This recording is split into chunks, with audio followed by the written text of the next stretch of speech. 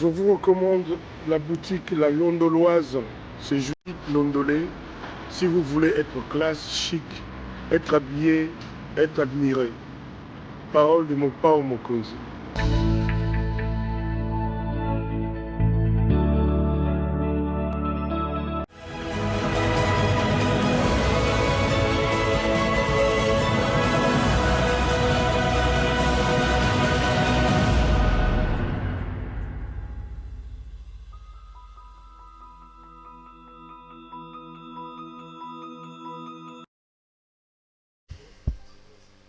Madame, Messieurs, bonsoir et bienvenue à ce nouveau numéro de l'émission d'Écrit Info, ce magazine d'analyse d'actualité politique, sociale, économique et juridique qu'on a lancé ici à CPL Télévision. Des questions très importantes qui retiennent l'actualité dans plusieurs domaines sont mises sur la table et nous tentons justement de leur donner un sens ou une forme et selon nous. C'est d'ailleurs pour ça que chaque matin quand je viens ici, j'ai l'habitude de dire que le décrit info, c'est tout simplement le tempo de l'actu selon notre feeling. Ça veut dire notre manière à nous de voir les choses, notre manière à nous de les ressentir et notre manière à nous de les exprimer. Je suis heureux de vous retrouver pour ce nouveau numéro de cette émission. Et comme d'habitude, je donnerai mon point de vue sur ce qui se passe, ma manière à moi de voir les choses. J'ouvrirai les débats après. Mon numéro est affiché au bas de votre petit écran. Faites vos plaisirs, appelez-nous. On va continuer les débats en dehors de ce plateau. Comme on dit, le débat peut donc se poursuivre dans le couloir. Laissez-moi dire grand merci à vous de l'intérêt et de la confiance que vous n'arrêtez de multiplier à cette émission. Nous existons parce que vous êtes là, nous existons parce que vous nous faites confiance. Le travail que nous le faisons essentiellement et pour vous, mais aussi et surtout avec vous. Merci pour ceux qui nous appellent pour de remarques, pour de critiques. Je sais que la critique est tellement bonne parce qu'elle permet de mieux faire. Parce que si la critique n'existait pas, il nous aurait été très très difficile de pouvoir améliorer ce travail et de faire le travail de qualité que vous aimez, que vous appréciez. Merci à nos partenaires. La boutique La Londoloise de Judith Londolé Betoko. J'ai toujours dit que vous êtes un homme, vous voulez vous habiller de manière chic et extraordinaire. L'habillement homme n'a qu'une seule adresse. Contactez donc la Londoloise de Judith Londolé Betoko au numéro que vous avez vu dans son spot publicitaire. Appelez Madame Judith Londolé Betoko. Elle se fera le plaisir de pouvoir prendre vos commandes et de vous les expédier partout où vous êtes à travers le monde. Ceux qui ont déjà commandé à partir d'Australie, à partir du Canada, des États-Unis d'Amérique nous appellent pour apprécier le sérieux et la qualité des services qu'on rend. Merci également à Colette Nzinga. Notre ami Colette Nzinga. Colette, je te salue à partir de la Suisse avec sa fondation Le Dieu de Moïse. Colette, c'est cette dame qui a sa main, son cœur entre ses mains. Une fois que vous avez un problème en termes humanitaires, j'ai rarement vu des personnes qui interviennent avec promptitude lorsque les besoins humanitaires le demandent. Colette, c'est quand on a des problèmes avec les orphelinats, avec les nécessiteux, avec ceux qui sont dans des difficultés, vous l'appelez, elle intervient alors très rapidement avec sa fondation, les dieux de Moïse. Colette Nzinga, que Dieu te fasse grâce et qu'il multiplie toujours et appelle ça sous les dieux de Moïse, Makassi et Belé. Les amis, vous avez vu mon thème, je suis venu pour qu'on parle un peu de tout dernier séjour du président de la République dans le Katanga. Et que je dise aussi un mot sur les incidents malheureux alors, survenus ce matin aux abords du stade des Martyrs, entre la communauté, entre nos amis musulmans qui terminaient donc leur jeûne des Ramadan aujourd'hui.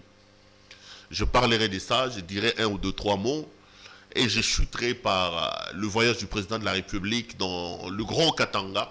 Parce qu'à l'heure où nous parlons, il est quelle heure à Kinshasa pendant que j'enregistre cette émission? Il est 15h40 exactement.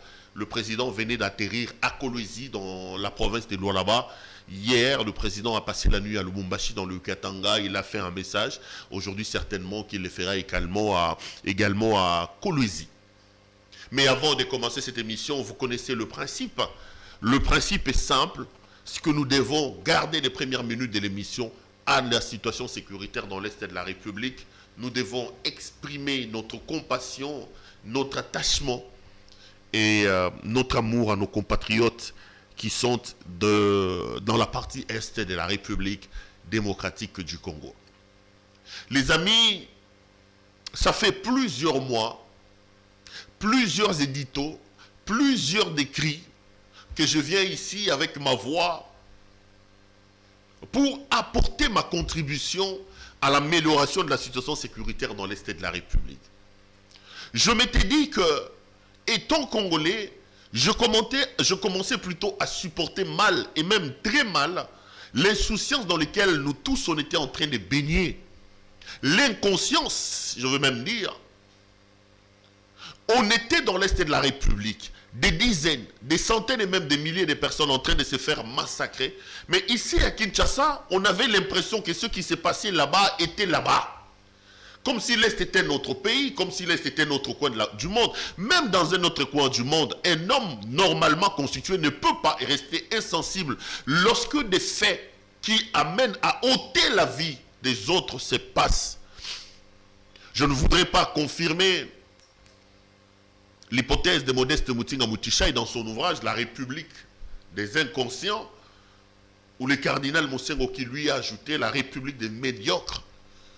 Et moi je m'étais dit que chaque Congolais là où il se passe, là où il est, nous devons faire un travail de mobilisation, nous devons faire un travail de sensibilisation. Parce que ce qui se passe dans l'Est de la République démocratique du Congo nous concerne au plus haut point. L'Est, c'est notre pays, les amis. On ne peut pas être dans un pays et s'accommoder avec des massacres tels que les Congolais avaient pris l'habitude de les faire. J'avais dit, je commencerai toujours et alors mes éditos par réserver les premières minutes à la situation sécuritaire dans l'Est de la République démocratique du Congo. Et j'avais appelé nos compatriotes partout où ils sont, quel que soit les travaux que vous faites, à un moment donné, nous devons nous poser la question comme Kennedy qui disait qu'il faut que les Américains se posent la question de savoir non pas qu'est-ce que la patrie fait pour moi, mais qu'est-ce que moi j'ai fait pour la patrie. Cette réflexion, je l'aime parce qu'au finish, le retour que la patrie vous donne, le retour que le pays vous donne est tributaire de ce que vous aurez vous préalablement fait pour la République. On ne peut pas exiger à la RDC de construire des écoles. On ne peut pas exiger à la patrie et au pays de construire des hôpitaux. Dès lors que nous-mêmes, nous ne mobilisons pas les moyens pour aider le pays à avoir les moyens de sa politique. Vous devenez ministre aujourd'hui, premier réflexe, vous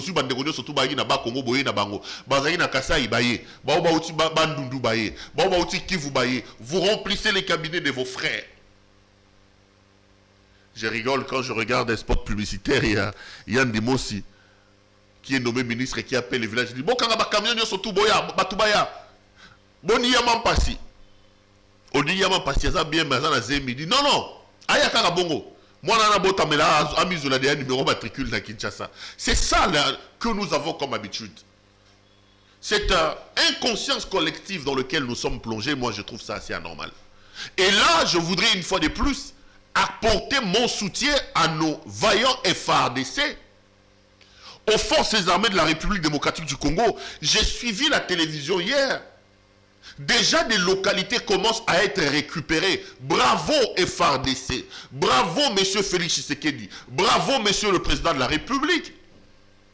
Ma joie aujourd'hui est de constater que la République au niveau les plus élevés a décidé d'arrêter de vivre pour se concentrer dans l'Est de la République. On a l'impression que la République a décidé de prendre le taureau par le corne et de régler définitivement la situation sécuritaire dans l'Est de la République. Que vous le vouliez ou pas, nous devons mettre ça sous le compte de M. Tshisekedi. Monsieur le Président de la République, je l'ai dit, ce n'est pas la première fois, je le répète. Les Congolais, nous pouvons avoir nos divergences. Les Congolais, nous pouvons avoir nos problèmes. Mais j'ai toujours dit, lorsque la souveraineté du pays, lorsque l'intégrité territoriale, lorsque les questions liées notamment à notre indépendance comme pays, comme État sont mises sur la balance, nous devons apprendre à taire nos divergences. Nous devons apprendre à taire nos égos pour faire parler la patrie. Pour faire parler la patrie. Et dans le cas d'espèce, le Congo a besoin de tous ses fils, le Congo a besoin de toutes ses filles. Arrêtons un peu nos égos. Montrons-nous pour une fois solidaires. Comportons-nous pour une fois comme étant une nation. Le vouloir vivre ensemble doit prendre le pas sur nos intérêts individuels. Nayoki qui comme déjà qu'on récupérer ma localité, lobby na axe qui n'avait pas bouni qui n'avait pas commande wana. Il y avait des barrières au bas groupe ba milice et zoaka et tcha même ma barrière ba percevoir ba mongo. Nos éléments, nos vaillants FARDC ont réussi à libérer Mzelawana, la RN 27 ou 23 je crois. C'est ce qu'on voulait. Monsieur le Président, continuez comme ça, allez de l'avant. Ça pourrait faire un bilan. Parce que pour le moment, ce qui est social, ce qui est nini, le bilan de M. Tshisekedi n'est pas élogieux. Toujours en 2023, le président peut prendre ça comme un thermomètre en disant au moins Kabila m'avait bloqué, je me suis séparé de Kabila que le Congolais n'aimait pas. Bravo, monsieur le président. À côté de cela, je ramenais définitivement la paix dans l'Est de la République. Parce que pour le moment, le discours est athée. À part des promesses, le discours est athée. Mais nous soutenons notre président de la République par rapport à la situation dans l'Est de la République démocratique du Congo. J'ai vu, je l'ai dit aussi, certaines ONG, certains médias, notamment internationaux, commencer à pondre de rapports, commencer à dire tel était assassin, tel... Non, j'ai dit que pour le moment, l'intérêt de sauver les vies, l'intérêt de libérer notre peuple du joug de ces éléments réfractaires à la paix et à la vie humaine doit prendre le pas sur ces choses-là. Ne faites pas un procès à l'heure actuelle à M. Tshisekedi. N'oubliez pas le contexte dans lequel monsieur a pris des pouvoirs. Tshisekedi ne pouvait pas venir au pouvoir aujourd'hui et demain s'attaquer à ces éléments-là de l'armée. Il aurait pu mettre en danger non seulement son mandat mais sa vie. Vous voyez le contexte n'est pas le pouvoir. Aux pouvoir, au Kouta Kabila, ça, l'ONA Mississa, 18 ans, il t'impose une cohabitation camouflée sous la forme d'une coalition. Allez, yoye, nano l'ONA Mississa, Tobandi Mamoro, Général Oyo, Abimana Basikuna, Général Oyo, Aviola Boy. À l'époque, non, non. On ne fait pas ça comme ça. Le président avait besoin du temps. Le président avait besoin de comprendre le rouage de l'État. Pour ça, il est là mon soutien. Le président ne pouvait pas se lancer dans une chasse à la sorcière, dans une armée qu'il ne connaissait pas, avec des individus qu'il ne maîtrisait pas, des individus qui ont été nommés par Kabila. Tozaïgina Binoa, Tofa Dana Binoa, Bossala Raba rapport, Monisco Azawa, mais Babo Maraba Maman, Baviola Raba fille, dans l'Est de la République démocratique du Congo. Et là, ça a maraté. Botiga Bissonon pour une fois soutenir Félix Tshisekedi.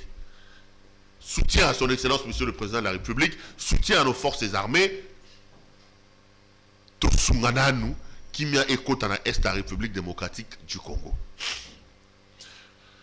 Voilà ce que j'avais à dire aujourd'hui sur la situation sécuritaire dans l'Est de la République. Comme j'ai toujours promis, demain je reviendrai.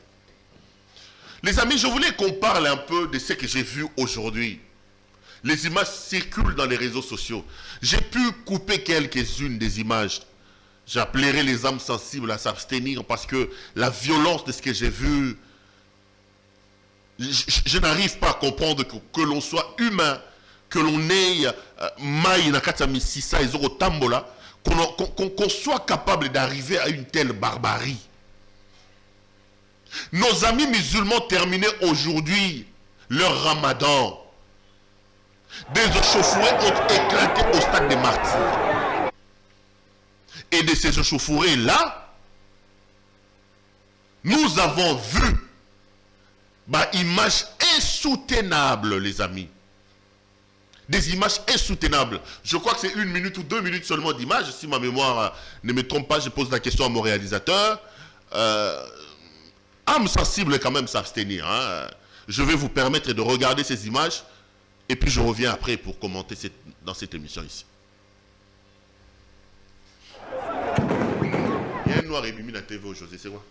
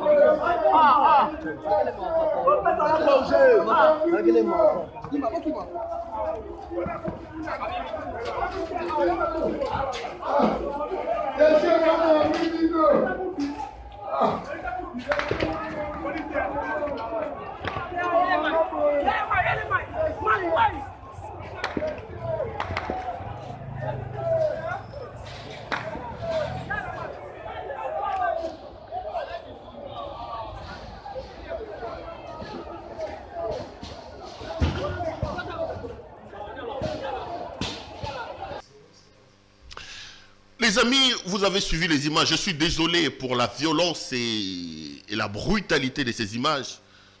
Certains m'ont même dit, alors si tu savais que c'était des images brutales, pourquoi tu as décidé de diffuser ça?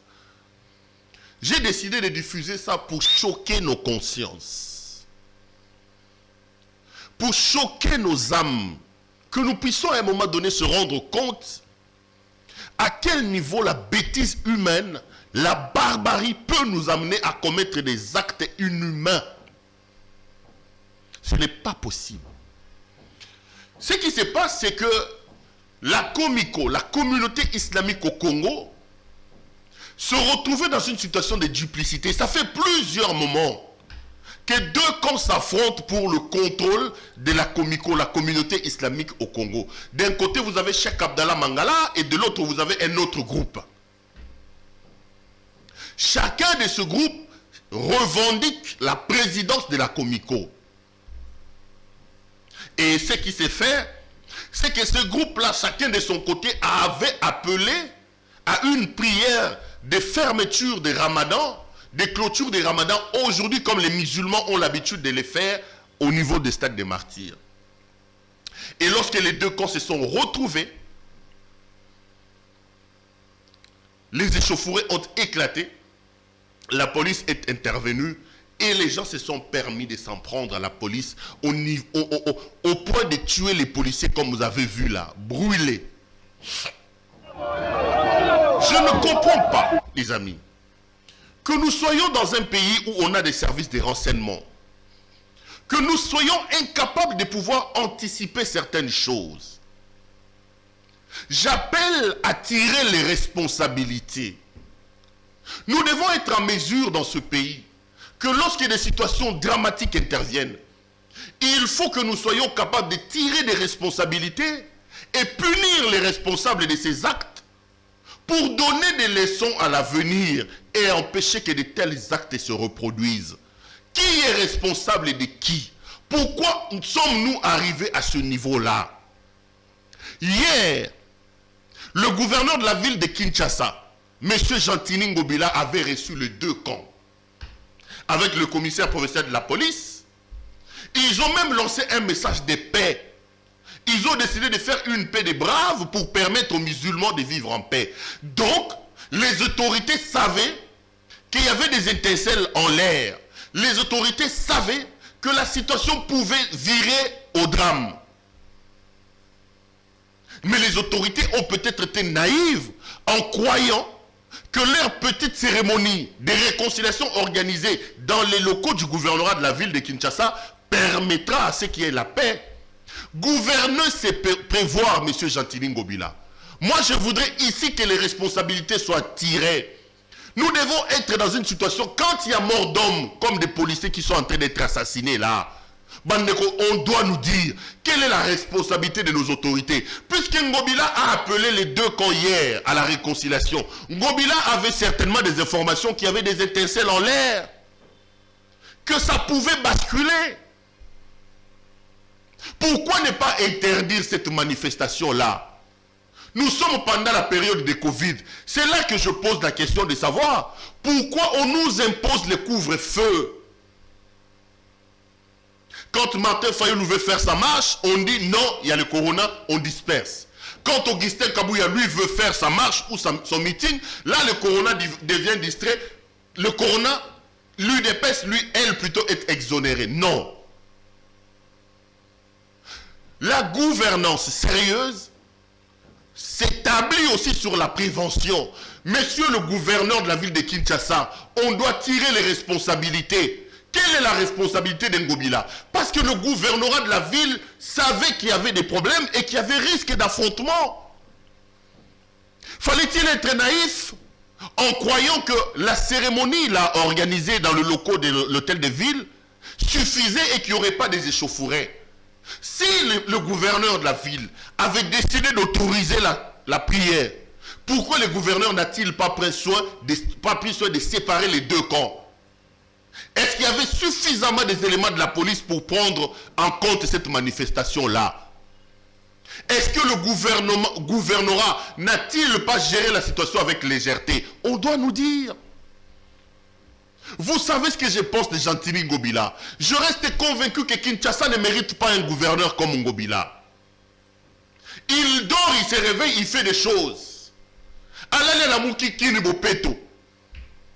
Il prend notre président de la République, il le draine dans cette aventure-là. Est-ce qu'on peut nous dire aujourd'hui Kinibopeto Kinda Wapi? Ngobila a rendu Kinshasa propre dans quel coin? En passant, son adjoint, Fumu Yabanga Moyo, comme on l'appelle, nous a dit que ce projet-là ne pouvait pas marcher parce que c'était un projet sans tête ni queue, qui n'avait ni programmation, ni financement, ni quoi que ce soit. Ngobila la Mouki Abouki Zandu. Là, j'apprends qu'il est allé chercher une maquette sur une à Paris, sur Wapi. On me parle des sommes astronomiques. Je ne rentre pas là-bas parce que je n'ai pas suffisamment d'éléments. Mais on sent que c'est une gouvernance qui tâtonne.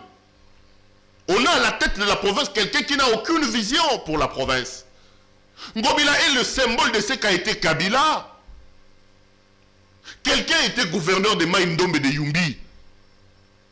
Il est resté là-bas, il n'a rien fait. Il a lamentablement échoué à Yumbi. Kabila est allé le prendre à Yumbi pour faire de lui gouverneur de la ville de Kinshasa. Aujourd'hui, c'est un homme assis confortablement dans l'union sacrée au Golobanaïnin. Mais regardez la gouvernance de Ngobila. Faites le bilan sur le travail que Ngobila fait.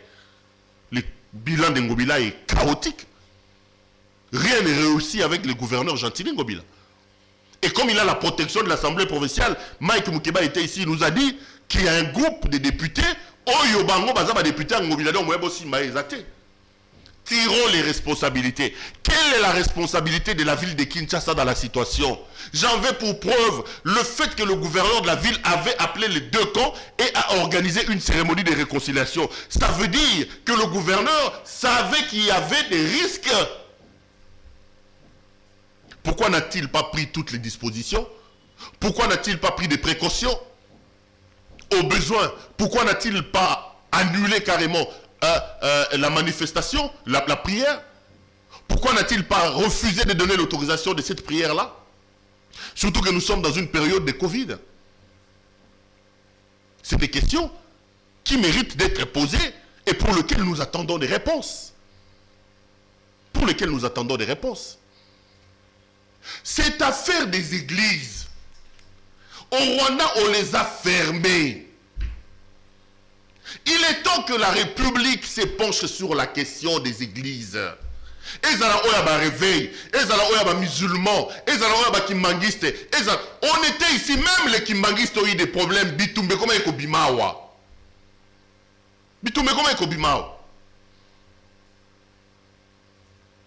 Cheikh Abdallah Mangala a régné comme un maître dans cette affaire. Il était dans toutes les cérémonies à l'époque de Kabila. C'est quelle histoire où les gens n'ont pas besoin de se renouveler? On a vu ça avec Cheikh Abdallah Mangala ici. On a vu ça avec Albert Kankienza ici, aux églises de réveil du Congo. Vous réclamez que les politiques respectent la constitution, que les politiques respectent la clause du renouvellement de la classe, mais vous, les hommes des églises, qui vous êtes censés prêcher par l'exemple, non. Quand Kienza était ici, il a doublé son mandat, il a glissé, il a réglissé, il a réglissé. Il ne voulait pas lâcher les églises de réveil du Congo. Et quand il a lâché et qu'il a compris que Sonny Kafuta était sur le point de prendre son indépendance par rapport à lui, il a organisé un putsch en plaçant aujourd'hui son homme qui est de Donkamba.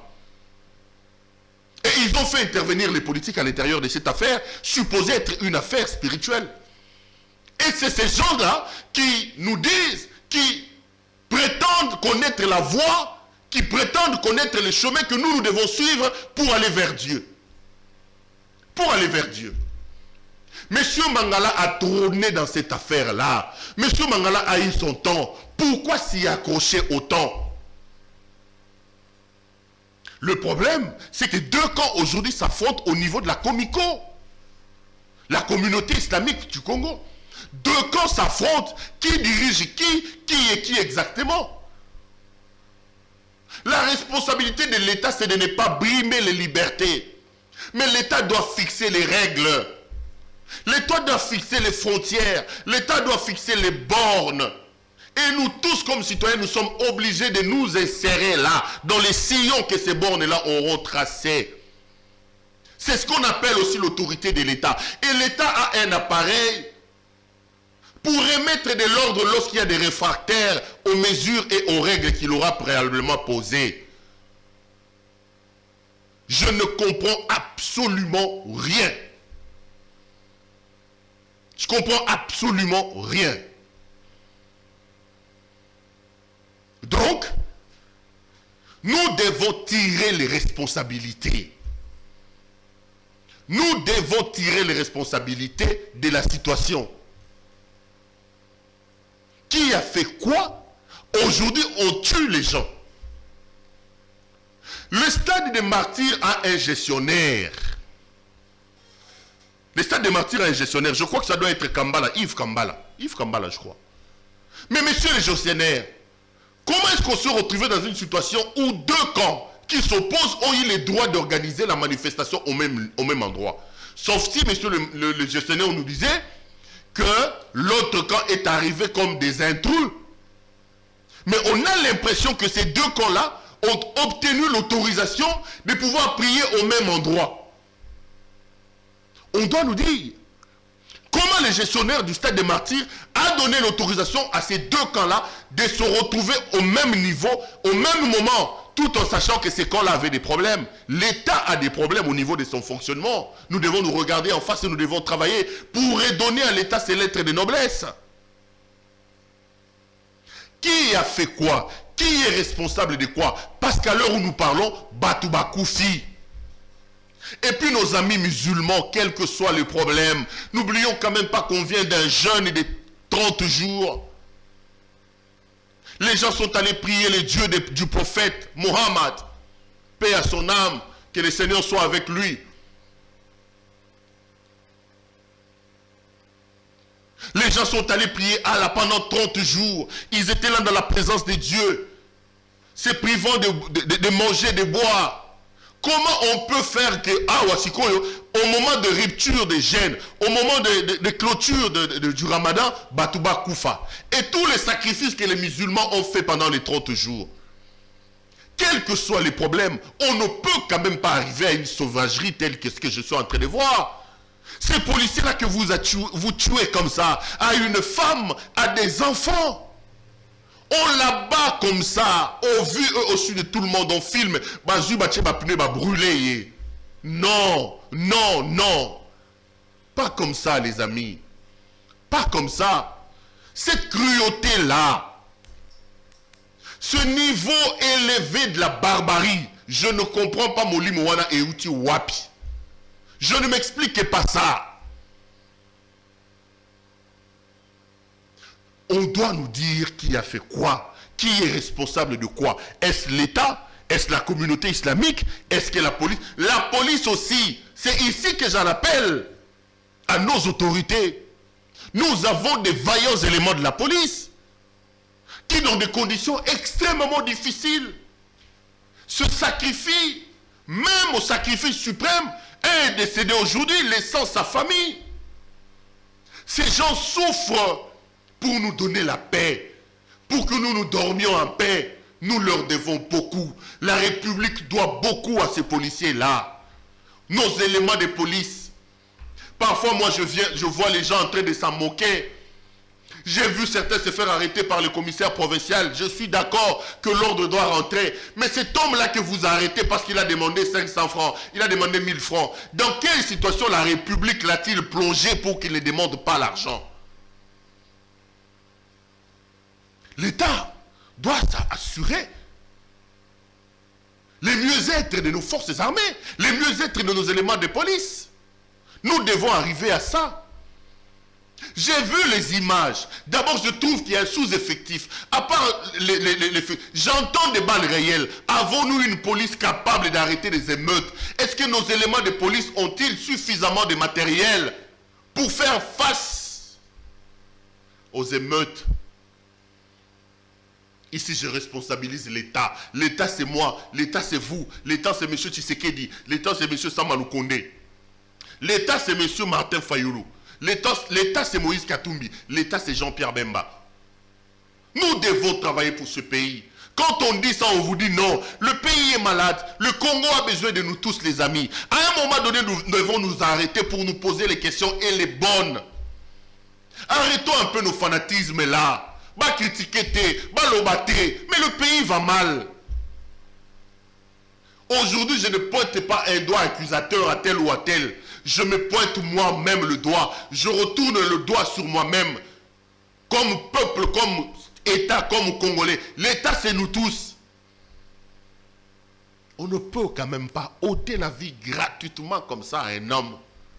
C'est horrible ce qui s'est passé là. C'est horrible. J'ai pris qu'on tire les responsabilités. J'ai pris qu'on s'arrête. Qu'on sache qui a fait quoi. Qui devait faire quoi. Et qu'on punisse les responsables de ces actes. Il faut les punir. Je sais à combien de minutes, cher ami. Il faut qu'on punisse les responsables de ces actes. On ne peut pas comme ça gratuitement ôter la vie à quelqu'un qui est venu rendre un service loyal, qui est venu rendre un service d'ordre. J'ai vu qu'on est en train de les tirer, ils se cachent, on est en train de les taper jusqu'à l'amener vers la mort. Oh mon Dieu, mon Dieu. Que les gens sont devenus brutaux, mon Dieu. Que le Seigneur puisse avoir l'âme de notre policier là. Mais pour sa mémoire, je pense que la République doit s'organiser pour tirer les responsabilités de la situation. Pour l'âme de ces policiers que j'ai vus là, la République doit s'organiser pour punir les responsables. Les images sont là. Je prie qu'on identifie les personnes. Aujourd'hui, avec le système Android, on peut trouver les responsables de cet acte de barbarie, cet acte inhumain. Les punir, et à mon point de vue, ce serait une bonne manière de pouvoir rendre hommage à ces policiers qui nous a quittés dans des conditions assez compliquées. Je suis à la 35e ou 36e minute. Je voulais aborder le voyage de Tshisekedi dans le Katanga, mais le temps qui m'était imparti touche à sa fin. J'y reviens demain. Demain, je ferai un décret sur le déplacement de son Excellence, Monsieur le Président, dans le Katanga. J'ai été heureux de vous présenter cette émission. Je vous retrouve demain pour un autre numéro. Portez-vous bien, les amis, et restez branchés sur nos programmes. À demain.